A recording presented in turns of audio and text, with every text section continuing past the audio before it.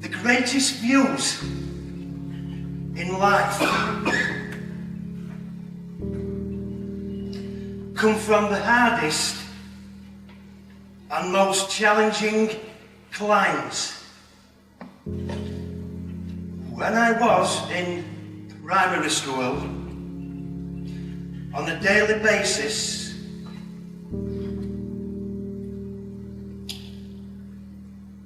this young child would grab me in a headlock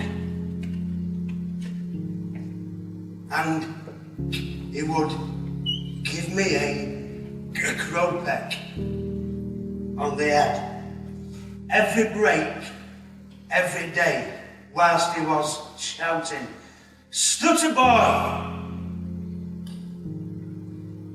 Who wants to come and give Stutter boy a punch?"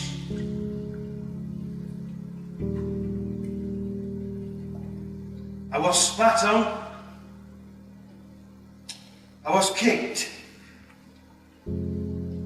Just in case you don't know, the person on there who was struggling to speak was me. Craig Thomas Hammond. South.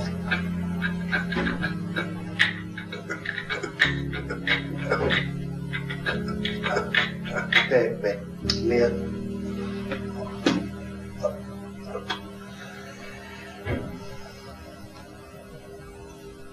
Near Pontefract, West Yorkshire. High school. Every morning when I used to get up to walk to the bus stop to get the bus, my mind, my scripts, and let's face it, we've all got scripts. We've all been conditioned in some way from when we were younger. This is how I ordered my bus fare every day.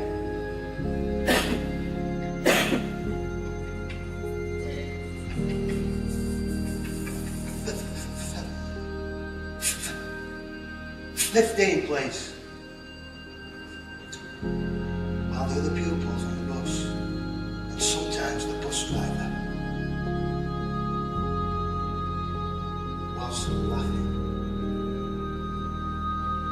Imagine that at the start of your day when you are 12. By the time I got to 14, you've heard the story, drinking 2 pints of mixed spirits straight down, wanting to die.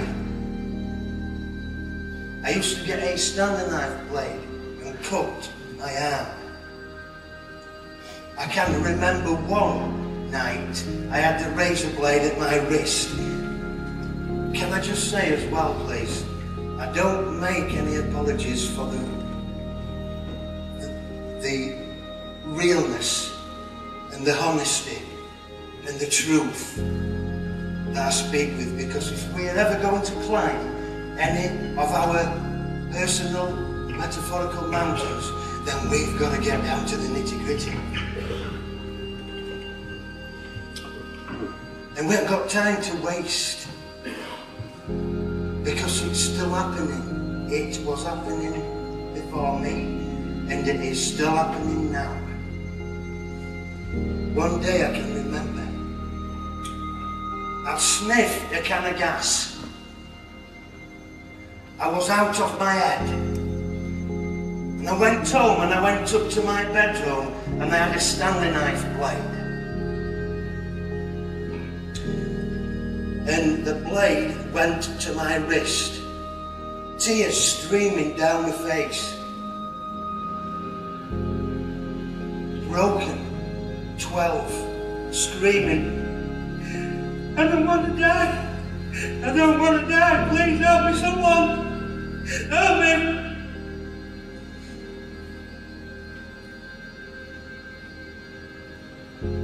Young people are still doing it. Old people are still doing it. It's an absolute miracle I'm here today. a miracle I'm stood on this stage. But there was always a plan for my life. Always a plan. Because nothing is wasted. I've got scars here. I am now the head of the UCAN Centre, which is a vocational education centre for disengaged high school students. I got excluded from school 3 times. I was on report. I was a ball of frustration. And I also need to admit, at one stage, I stopped being bullied and I began to be the bully because I'd had enough. And I started fighting back. The speech today that I want to deliver to all you brilliant people is called Climb Your Mountain. Climb your mountain. I have wrote a book. I left school with no qualifications. I was stuck in a factory. I am not knocking factory workers, by the way. I've been one for a long time.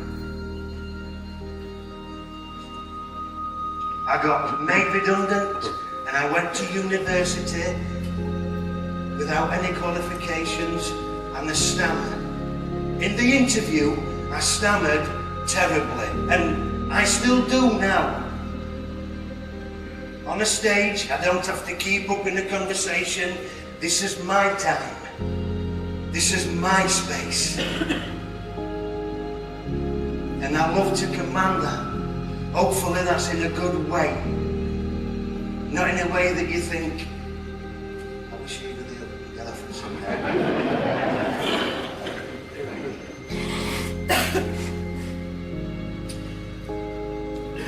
In the interview at Leeds Metropolitan University, it was a youth work degree, a youth work studies, because I'd been stuck in a factory all my life. I knew I had potential. I wanted to give young people something that I'd been through. After my beautiful family, I will live and breathe for young people. To give them something.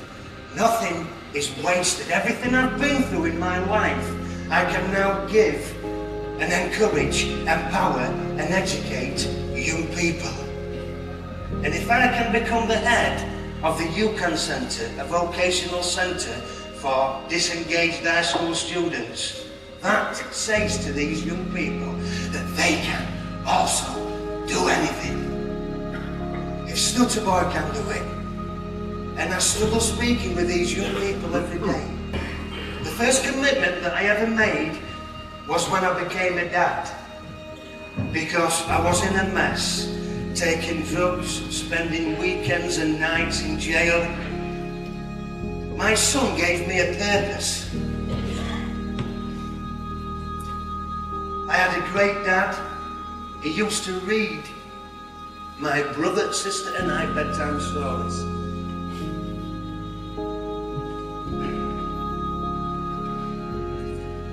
I couldn't read my son bedtime story.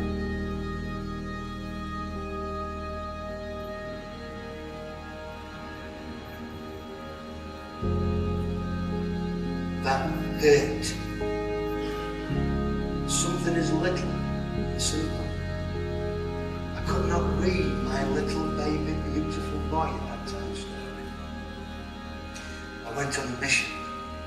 Commitment. The first commitment, really, that I ever made in my life was to be the best that I could be. And that meant I needed to be able to read him a bedtime story.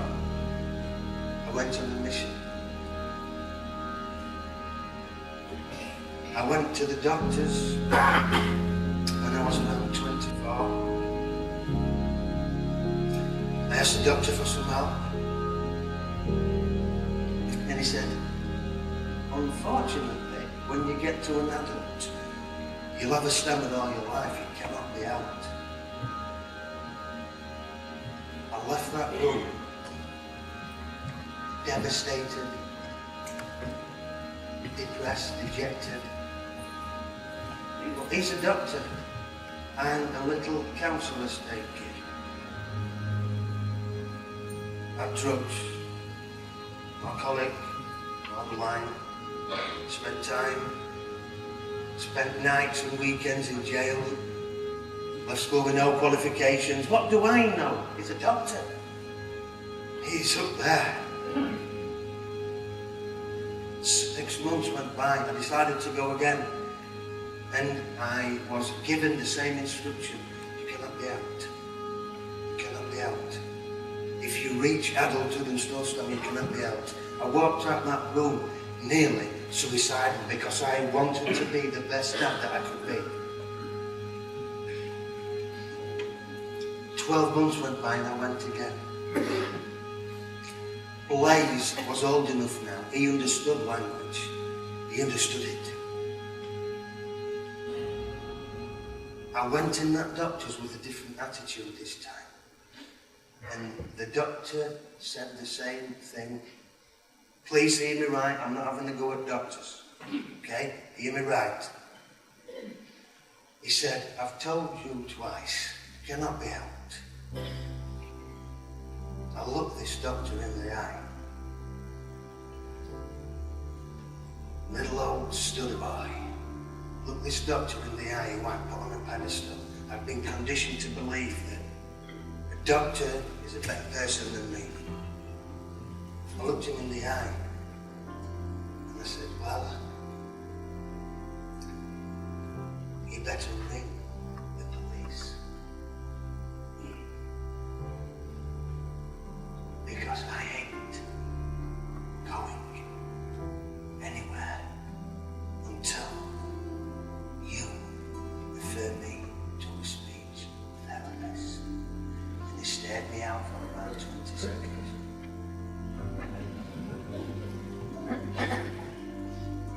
And then he went to his computer and he booked me an appointment with a speech therapist. Can I just say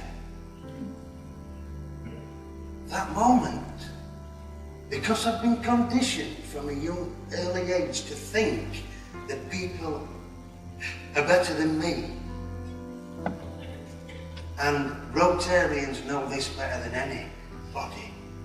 That's a lie, isn't it? We're all the same.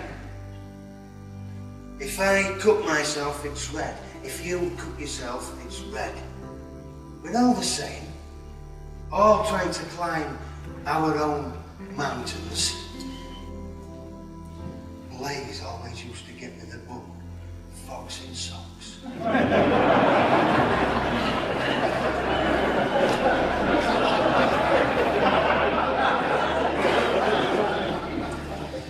You don't need a stammer to struggle with that.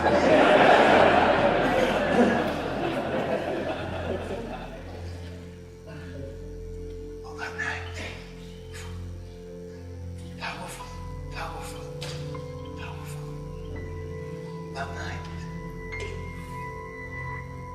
In that bedroom. When Craig Thomas Hammond read his little boy, Fox in Socks, by Dr. Seuss. You know what? You can't keep it all.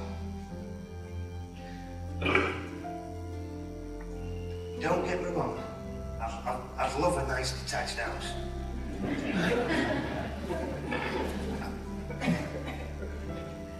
But if I have a choice to take that moment away, or to have a mansion, there's no comparison. A mansion every time.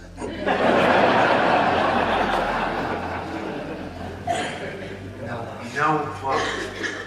I'm saying beautiful moments in life like that, really tangible, that get you through life.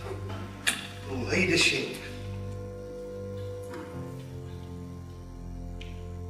The person who wants to lead the orchestra has to turn their back on the crowd. Having a stammer has been tough, but it's given me determination. I'm not an academic person, really, but I've graduated twice. Once with a degree, I was kept humble. 1.5% of first class honours degree.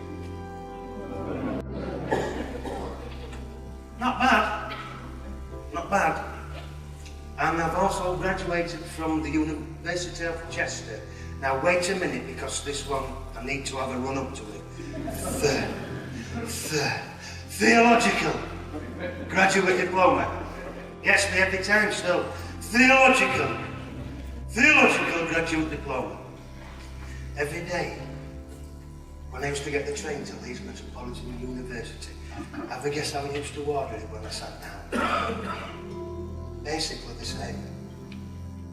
Return to Leeds, please. And on Sundays, I would get off the train, walk up to university, crying, thinking, when is it ever going to go? This painful experience. Well, it might never go, Craig. So stop moaning and get on with it, because it's not about you. It isn't about me. A stammer has given me so much determination. I haven't got anything else. I've got one thing, and that's determination. And that's through having a stammer. So it ain't bad, really, is it? Hey, it ain't bad. The motivation. One night, my beautiful baby boy and I had a bath, and we got out of the bath. And I switched on the TV. Open all hours were on.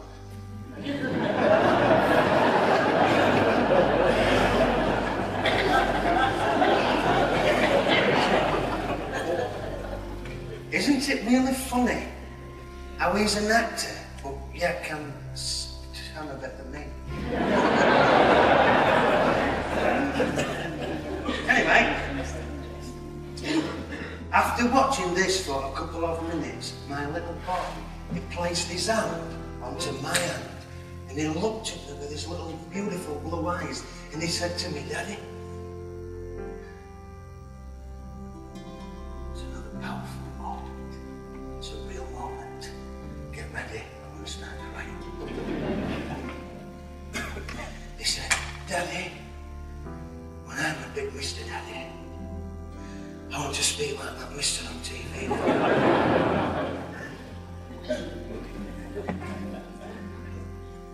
I said to him, "Trust me, you don't." It's tough, son. It's tough. And then he did it again. Put his hand on my arm, looked at me with his blue little eyes and said,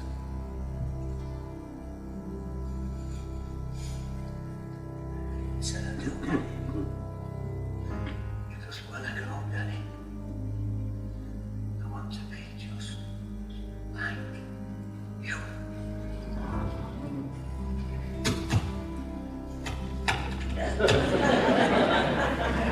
Wow. He can keep an even larger mansion. You're never taking that moment away. We climbed the mountain. Not so other people can see us.